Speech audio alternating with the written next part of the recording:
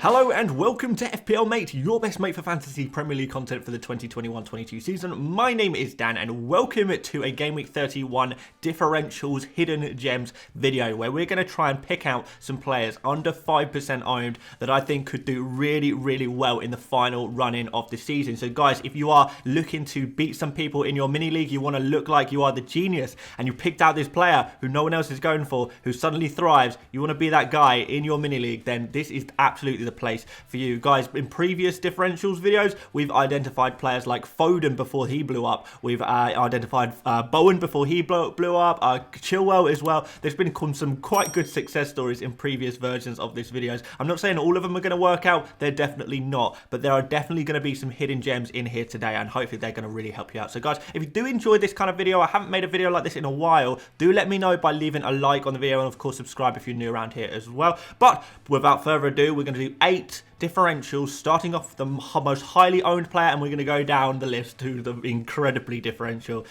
Let's get on with it, guys. So our first differential today is Harvey Barnes at 4.2% owned. I know we have already eyed up Barnes a little bit, and maybe some of you guys jumped on him last game week, but I do think there's still plenty of time for you guys to jump on Harvey Barnes. I think he's the slightly better pick than James Maddison at the moment, and although game week 31 is not an ideal fixture in Manchester United away, we do know that United do have some fragilities there, and after that, it's looking really good indeed. We've got that Crystal Palace at home game, we've got that nice double game week in 33 for Leicester, and we do know that Leicester are also going to have 2 additional double game weeks between 35 and the end of the season. So it's going to be double game week galore, particularly between game week 33 and game week 37. There could be, you know, in that very short, small amount of time, we're going to probably have 3 double game weeks in that very short, small, specific period of time. So even if you're not getting on Barnes right away, he is going to be really good. He is definitely the Leicester player I would go for if I had to go for anyone. He is super nailed on right now. He is fit. He is in form. He is playing quite well as well. You can see in the last 4 games, he's got 1 goal and 2 assists, and his underlying stats are backing that up as well. You can see the amount of shots he's taken in the box in particular. You can see that he's got high XG, decent XA as well, and he's really kind of beating all of his teammates in those kind of metrics. So looking really good at the moment. Definitely a player I do recommend for a mid-price midfielder. Next up is Nick Pope. I did want to throw in a goalkeeper in here, 3.2% owned. I do think Pope is actually the ideal goalkeeper between now and the end of the season. If I could just have a freebie transfer to just get any goalkeeper in the world, this game week, Pope would be my man. If I was on a wild card right now, Pope would be my man. I'm telling you guys, even though he is super differential at the moment and he is at 3.2% owned, he just seems like definitely the goalkeeper that you kind of want right now. We've got this double game week in 31. We've got another double game week in 33. We're likely to have another double game week in 36. They are all coming up in a really small amount of time. Every other week pretty much is going to be a double game week for Burnley over the next 5, 6, 7 game weeks. So really incredible stuff. It is really exactly what we want. And I'll just tell you now, guys, there's going to be a few Burnley players in this list. I'm not saying get all of them, but I'm saying, you know, these are all options you can go for to try and get a little bit of Burnley into your team, because I just feel like that is something that we're going to want to do. We have also got this Norwich game in game week 32. We've got this Wolves at home game in game week 34. So these are also games that are real prime opportunities for clean sheets. So we've got either double game weeks or games which are fairly easy to keep a clean sheet in. It seems pretty good, right, guys? I mean, I certainly would not be complaining. So yeah, Pope nailed on, makes plenty of saves in this Burnley team that concedes a lot of shots. There will be occasional clean sheets in here, especially as Burnley have so much to play for, trying to escape that relegation zone. I think this could be a really good goalkeeper pick, and I'm kind of envious of anyone who can go for Nick Pope over the next few game weeks, because I think he's just going to be a points machine. Now here is a player you might not have been quite brave enough to go for before, and I don't blame you guys at all. You would have to be a real big risk taker if you were to go early on Luis Diaz, but now that we have seen he is playing, you know, starting games for Liverpool and in fantastic form, you know, maybe the injury to Jota has helped him out a little bit, you know, the lack of full fitness of Firmino has helped Diaz out a little bit in terms of getting him game time, but now he's had that game time, he has already proved himself as a fantastic FPL asset and a fantastic player for Liverpool as well. Liverpool fans You must be so thrilled. This is a real quality player that you've got your hands on here. Absolutely amazing. And he's doing really well. You can see that his XG and his XA are looking pretty good. 1.97 expected goals, and he scored 2 goals from that. But more interestingly, 1.22 expected assists, and he hasn't got any assists, so he's actually slightly underperforming on his expected stats if you combine them as well. So we're probably actually going to see an improvement from DÍAZ rather than him going downhill. He should actually go uphill and do even better than before. He's taken so many shots, lots of shots in the box as well, making plenty of key passes. There are so many really good stats that we are seeing from here. These are premium level stats, and the only reason he is priced so nicely at 8.1 million is because we didn't know if he was going to be a main starter or not. And if he becomes a main starter, which it kind of seems like that's happening, and if you can handle the fact that maybe occasionally he will get rotated, then this is just going to be an absolute phenomenal pick. Watford at home is a decent fixture. Man City not so nice, but when we look at Man United at home, we know what Liverpool can do there. Everton at home, we know how bad Everton have been recently. These could be some real opportunities for some differential, like points from some attacking players from Liverpool. I know a lot of people are going to be on Trent and Salah. Who's going to be your third? Can you go differential a little bit here? Luis Díaz could be like an amazing. Yeah, he's risky, but he could be an amazing differential for his price. He really could. Anthony Gordon, you might have heard a little bit about recently because he is kind of the FPL manager's dream at the moment just because he is so cheap. 4.5 million midfielder. All you really need from a 4.5 million midfielder is a player who just simply plays every game. We know Gordon is going to play every game, but what Gordon is adding to the fact that he's just playing every game is that he's actually getting goal returns as well. 1 goal, 1 assist in the previous 5 game weeks. 1.2 expected goals, 0.51 expected assists. He's taking shots, some of them in the box, not so many to be fair. He does like a long shot, and he's making key passes as well. So in terms of a 4.5 million midfielder, you really can't ask for much more than this. You know, when we talk about 4.5 million midfielders, who are we thinking of? We're thinking of like Gilmore or Brownhill or someone like that who isn't really contributing into the attacking play, but Gordon really is. And although Everton have been bad, we kind of have to look at Gordon as an individual because he has been a real standout player for Everton this year, and you can just see why 4.5 million is just such a good price for him. Guys, particularly if you are looking to either cut some money out of your midfield and you just want to downgrade someone to reinvest the money elsewhere, whether you are just looking to do a bench boost soon or something like that, and you just want that cheap player who you can just sit on your bench, come in when necessary, maybe play in the double game weeks, of which Everton will have 3 between now and the end of the season, then Gordon really is your guy. There are so many upsides for a player who is this cheap. It is insane that we can get a player for 4.5 million who is just performing this well. I feel like I need to add a few defenders into this video, so we are going to go for Fabian Schär at 1.7 million, 1.7% owned, should I say. Newcastle fans, you will already know a lot about Schär. He is a bit of a cult hero at Newcastle just because he is far more attacking than his position actually suggests. He loves taking shots on. We've already seen recently he's got a goal, he's got an assist from being very high up the pitch. You know, particularly that assist where he passed it through to Willock. That's just prime Schär, and he's so cheap as well. 4.3 million.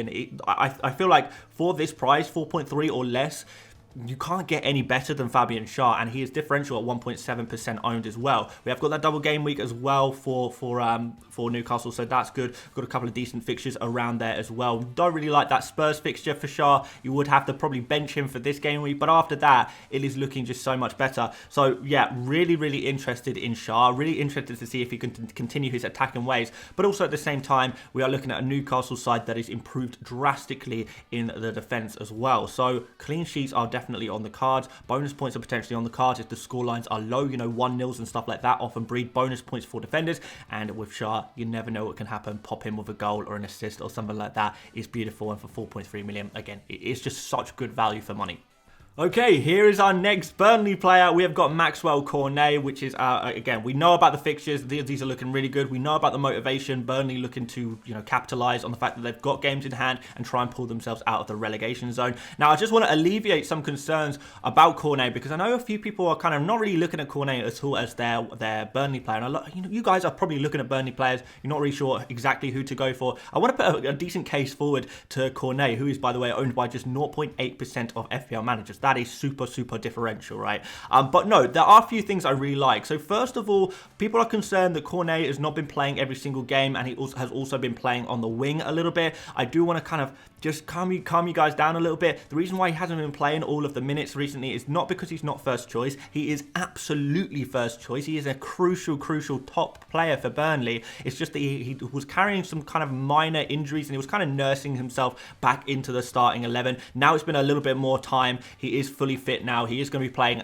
every single game if available, and he should be available. And also, he's going to be playing as a striker as well rather than a winger. He was only playing as a winger really to cover from some absentees in the Burnley team, you know, when they had a couple of injuries, and he was covering there on the left because he can play on the left. But it is going to be Weghorst and Cornet as the two strikers for Burnley going forward. Now, who do you pick out of Cornet and Weghorst if you want an attacker for Burnley, because these two are the only options? Well, Weghorst is the obvious one just because he is a forward. Now, that is a huge benefit. Just being able to occupy one of your forward slots. Midfield slots are a little bit more valuable, but Cornet is significantly cheaper. He's $1 million cheaper. He has actually got better expected goals and better expected assists per not just per 90, but per game played, including substitute appearances. Despite far less minutes played than Weghorst over the past 5 game weeks, Cornet is outperforming Weghorst during the minutes that he has been played. Now, can you imagine Cornet playing equal minutes to Weghorst? You know, Cornet is going to blow Weghorst out the water. And also, we've got to remember the amount of disallowed chances Cornet has been involved in. You know, offside goals and stuff like that, goals that have been disallowed.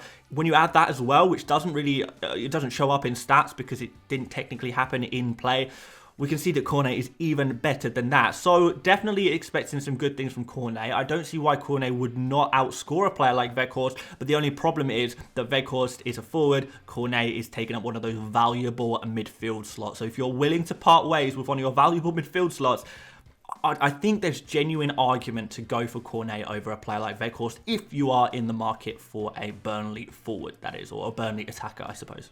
Next up is a player you probably wouldn't have talked about too much. I don't know if many people are talking about MATETA or not. I've not watched too much FPL content over the last couple of days, if I'm honest. I've been kind of doing my own research today. But MATETA is looking like amazing for his price. And again, I know that it seems to be a bit of a common theme right now, but a lot of us are kind of looking to bench boost in the very near future, and we are looking to, you know, get those nice cheap players into our teams. Maybe we're trying to get some, you know, put more money in defense, for example. I know defenders, everyone wants to get some good defenders. We just need to find some cheaper players somewhere. And MATETA, in terms of those forwards that are worth 6 million or less, I genuinely believe MATETA is the player to go for. And he's just become, well, near enough nailed on. He's certainly getting towards nailed on, as far as you can say in Crystal Palace's team, because Crystal Palace, they are rotating like crazy, to be fair. They really are. But MATETA, ever since he signed permanently for Crystal Palace, it does seem like Palace are building around him as a striker. You know, it seems like MATETA through the middle,